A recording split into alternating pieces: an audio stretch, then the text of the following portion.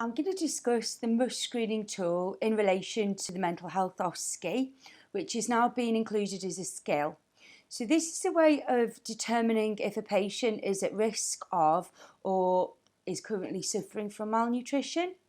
We do know that many hospital admissions have many patients already suffering from malnutrition and how it impacts on their health, their general overall physical health and the mental health as well. If the patient doesn't get enough nourishment, vitamins and minerals, it can really impact on their level of enjoyment and how they feel about themselves. So we're going to discuss this with the patient, and it's a very common tool to find in the UK in a healthcare setting. Every patient should really have one of these completed.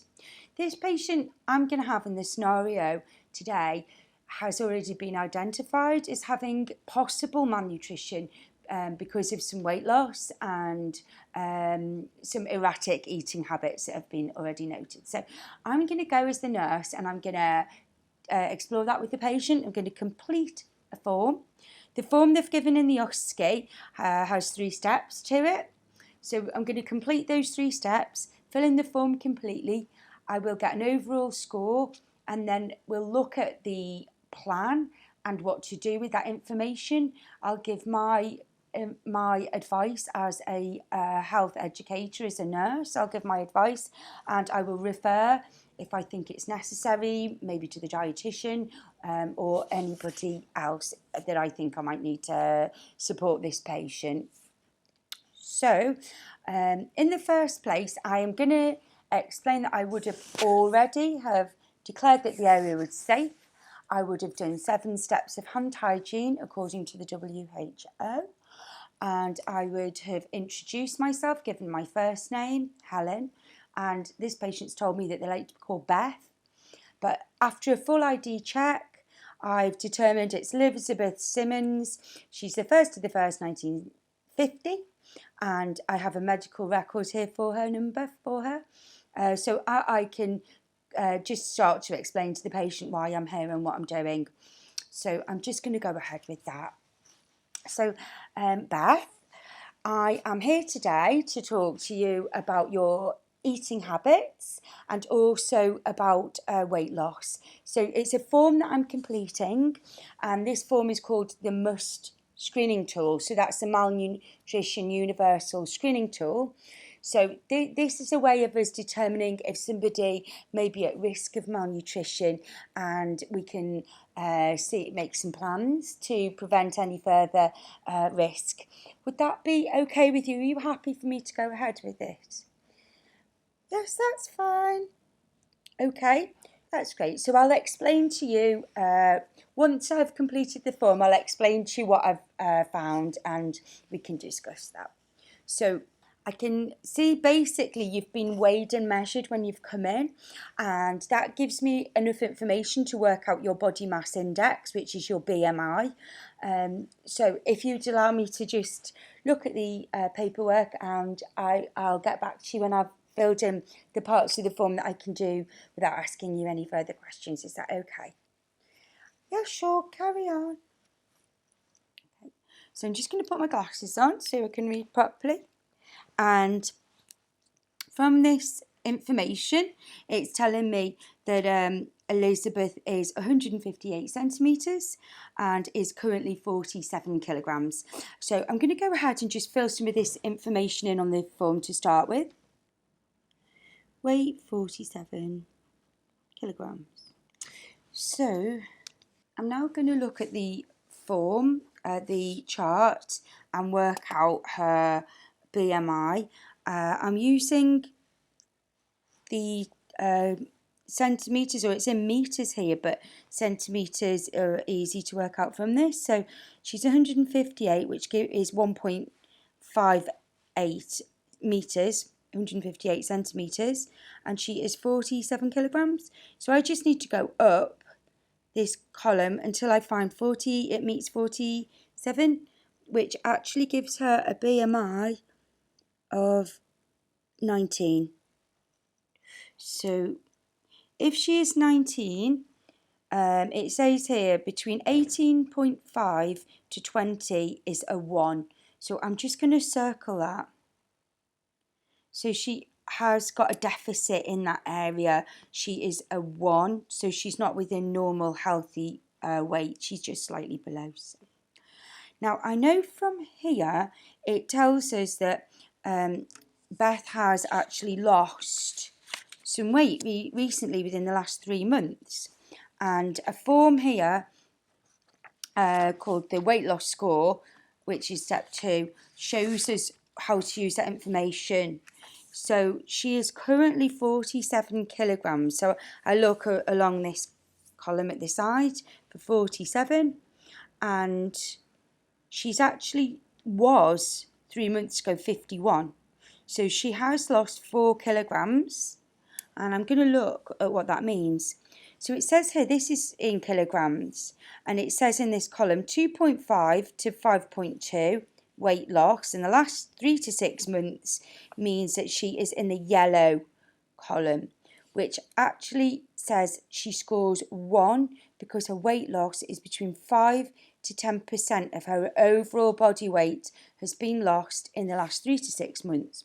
Now, that might not be unusual for somebody who's on a diet, or somebody who's taken a lot of exercise, or maybe has had some kind of episode of being unwell, and would account for this. So I am actually going to check with the patient if she can tell me if there's been any problems with her diet or any changes to her exercise regime. So, Beth, could I just ask you about your weight loss? It's been noted from your current weight that you've actually lost in the last few months. You've lost 4 kilograms. Would this be due to, have you been on a diet, or do you think you've been restricting what you've been eating, or have you partook in something more physical than usual? Oh no, I'm eating the same food, I'm doing the same things, I don't go anywhere much, and I don't do much exercise. Okay, so you would say there's been no changes at all? No, I'm not a great eater anyway, but no, nothing different. Certainly, I tend to eat the same sort of thing all the times, and yeah, I noticed I'd lost weight as well. Okay, so looking at this score, it does give you a score of 1. So I'm just going to fill that in the chart, and I'll just be back in a second. So there, she's got another 1 in that area. Now, this final step of the scoring system is called the Acute Disease Effect Score. And it does tell us if the patient is acutely ill and there has been or is likely to be no nutritional intake for more than 5 days. It says more than 5 days, which actually means 6. So just be careful, because if the patient hasn't eaten for 5 days, they don't score. It's on the 6th day they score, and they automatically score 2, automatically. So I need to ask the question to Beth whether she's eaten and when was the last time. So Beth, can I ask you about your intake, your nutritional intake? And when I say nutritional intake, I mean any sort of calories that you take in. So I don't particularly mean the quality of the food. I just mean whether you've actually had anything, whether it's just pure sugar or anything. And when you last ate. Oh yeah, I last ate last night, and I had a gatto. A small gatto, because I can't eat too much, makes me feel sick. But I did have a gatto, and I also had a half packet of biscuits. All right, so that means that you have actually eaten in the last 6 days. Oh yeah, I couldn't go that long without eating. Okay, so in that case, Beth does not score on the acute disease effect score, and the people that make the must and designed all this are called BAPEN, and they tell us, if you look into their literature on this, they tell us that normally you would expect somebody with acute disease effect score to have some sort of medical problem or some sort of mental health problem where they are, or they're doing it for some other religious reason or whatever reason they're withholding food. But normally we would expect people to eat within 6 days, and she has not withheld food, but she's eating food that has very low nutrition. But that is not what it's asking. It's asking whether she ate or not. So I am not going to score her on this acute disease effect score, and I'm going to carry on and add up the scores. So we have a 1 for BMI, we have a 1 for unplanned weight loss, and that gives her a 2. So I've written that clearly in the box for today's assessment, and I have to now write the date for today. But the date for today is the 2nd of the 2nd, 2022, and the time is 9:30. And my name is Helen Bromner. So I've signed it, and I've now got a score that I can talk to the patient about. There is another part to this screening tool, which I'll just show you, and it shows you a flow chart of what to do with this information and how we would do it. So we've done these things. We've done her BMI, step 1. We've done step 2, which led to the unplanned weight loss. We've done that. Step 3, they're not acutely ill and unlikely to eat or haven't eaten for 6 days. So that one didn't score. And it tells you step 4, overall malnutrition, risk of malnutrition, which we did, score everything together. Step 5 is the management guide. So it tells you to add them together and decide whether they're 0, a low risk, a 1, a medium risk, or a 2, a high risk. This puts her into the high risk bracket, scoring 2.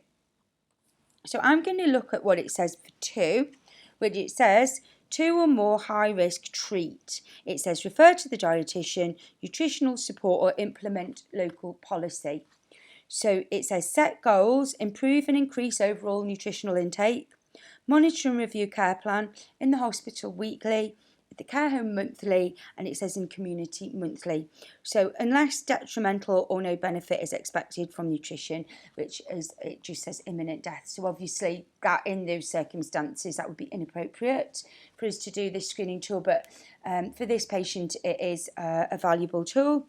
And it does mention obesity, just as an aside, and just to say, that to record the presence of obesity for those with underlying conditions. These are generally controlled before the treatment of obesity, but our patient isn't obese, she's actually underweight. So let's talk to Beth about what we can do with this information and give her the results.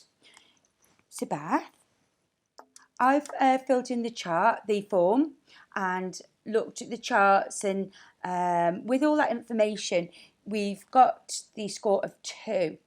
Which is basically in the high risk category for malnutrition, and that would indicate to us that you may now or in the future suffer some level of malnutrition if we don't put a plan in place.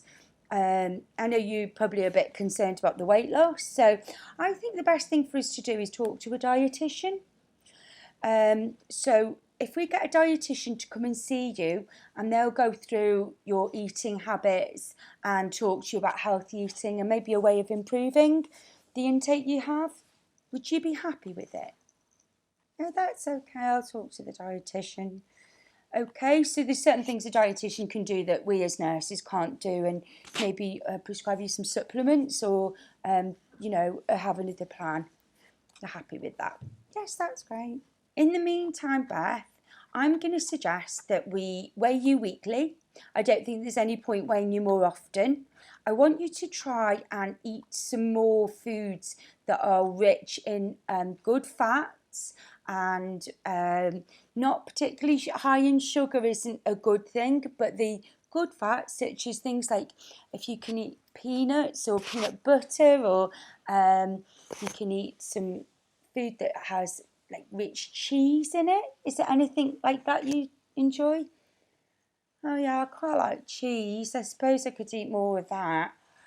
Okay, so let's try and get some more cheese into your diet. And do you like cream, or could you add that to some of your diets? Yeah, I like cream. I do like cream a lot. I could eat more of it as well.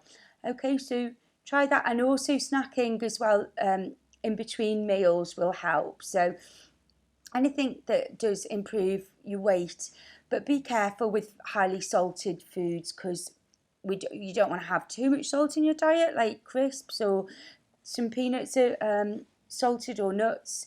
But just try to go for the healthy options. But as I say, I'm going to ask the dietitian to come and see you. But also, before she comes, what I'd like you to try and do is make a chart of everything you're eating. If you're struggling with that, somebody can help you, and we'll keep a record of what you eat, and we can then see how much you're eating and whether there's certain foods you like and how to improve that. Okay, thank you very much, that's great. So also I'd like you to try and drink more fluids as well. Drink 2 to 3 litres of water a day. It's really good and beneficial to your health. Would you also be happy to try that? Yes, that's great. Okay, so I'm going to go away now. I'm going to take all the documentation, going to write it in the nurse's notes, and we'll come and see you again in the same way in a week's time. We'll do the same weigh you again, and we'll do this scoring system again, and hopefully there might be some improvement, but we'll just hope for an improvement. Is that okay? Yes, thank you. Okay, so here's the buzzer, and I will leave the patient area. I'll gel my hands and tidy up the area, and that's the end of that scenario.